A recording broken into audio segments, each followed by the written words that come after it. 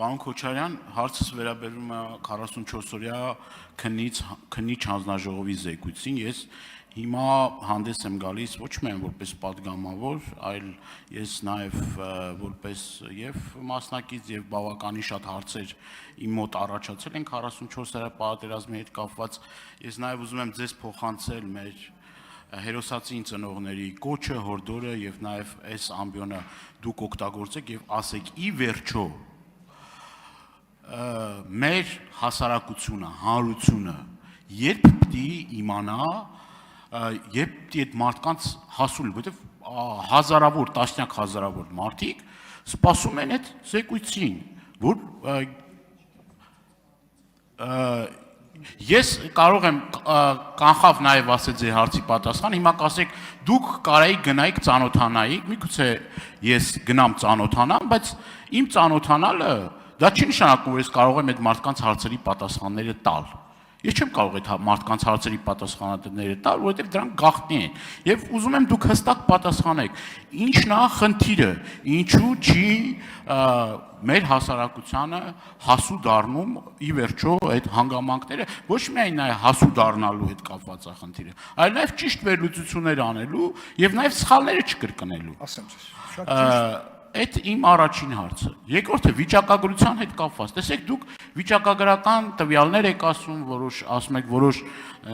ուրեմն փոքր չնչին նվազումներ կան, բայց այդտեղ շատ կարևոր առանցքային հարց կա։ Արդյոք հասարակությունը, մեր հանրությունը վստահում է իր ապա համակարգին։ Ամենայն հարգանքով պատասխանատու պաշտոններ զբաղեցնող անձանց, օրինակ հիմա ինձ ոնց կարաք համոզեք, որ ես 13-րդ անգամ հանցագործության մասին հաղորդում ներկայացնեմ, եթե 12-րդ անգամ հարցագործություն հաղորդում եմ ներկայացրել հանցագործության մասին, եւ այդ 12-ը չեն բացահայտվել։ Կներեք, արդեն մենք ենք անհարմար զգում, էլի։ Անհարմար ենք զգում։ Եվ իմ նման շատ-շատերը, որ չեն վստահում։ Պարոն Դանիելյան, վստահության հետ կապված կա միջազգային նաև կառույցների կողմից իրականացված հարցումներ, անցյալ տարվա հարցումները կարծում եմ վստահության տեսանկյունից ներքին գործերի նախարարության կառույցի նկատմամբ վստահությունը 67% էր։ Ճիշտ եմ հիշում տիկես նախարար։ Դա նաև հանրային վստահությունն է, դա մենակ այն բանը չի, բարեփոխումները լինի պարեկների ծառայության տեսքով, մյուս կառույցների,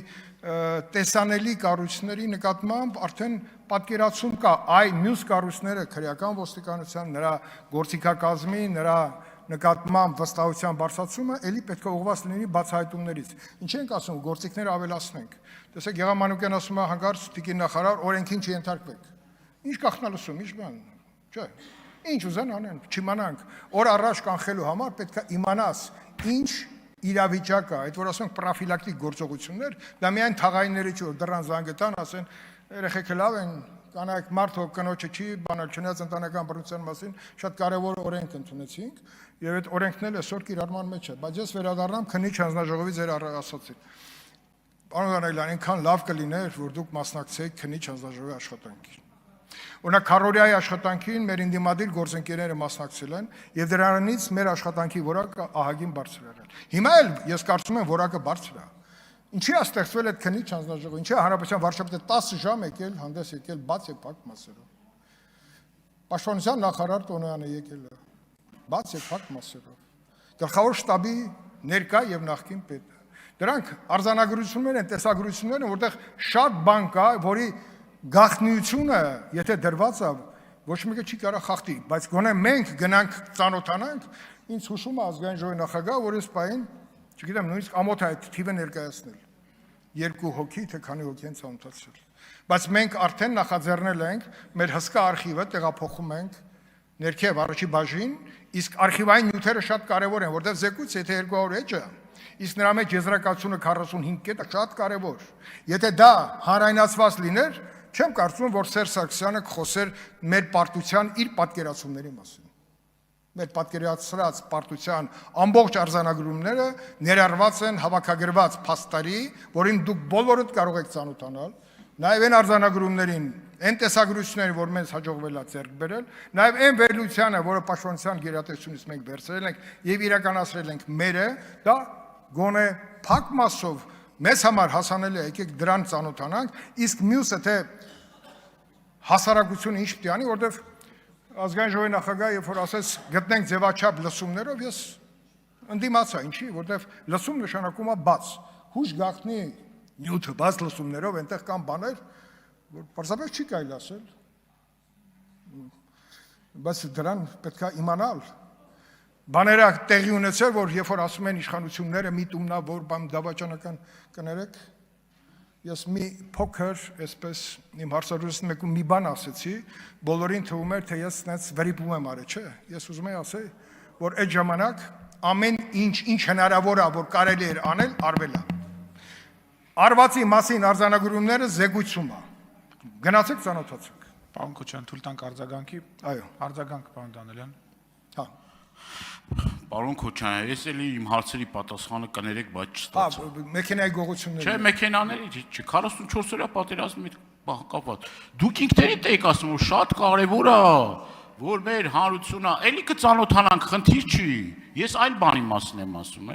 ուրիշ բանի մասին եմ ասում։ Ուզում եմ ձեզնից այդ պատասխանները լսել։ Ի վերջո դուք էլ եք կարևորում եւ շատ շատերը կարևորում էին, որպեսզի գոնե թե ինչ որ մի մասը հանրությանը հասանելի լինի։ Հիմա չկա էդի, տարիք դրել եք արխիվում, ասում եք շատ կարևոր է, անչափ կարևոր է,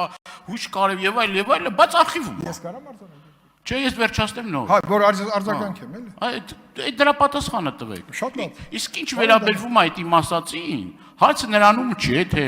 մենք շատ ենք այդ վստահելիության հարցը կապված է բացահայտելու հանգամանքով։ Անձով չի պայմանավորված։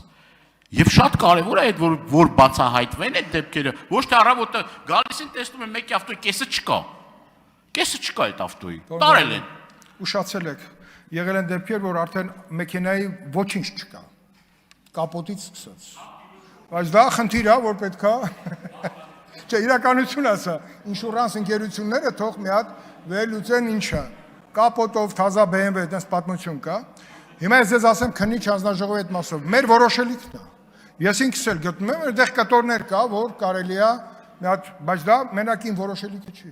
Բայց քանի որ սահմանադրական լիազորություններով օժտված հանձնաժողով ենք մենք, ավելին, քան մյուս հանձնաժողովները, մենք գուցե մեր հանձնաժողովը մի առաջարկ ներկայացնենք, որ այնտեղ մի հատված կա եզրակացության մասով, որ կարելի է նաև հանրայնացնել։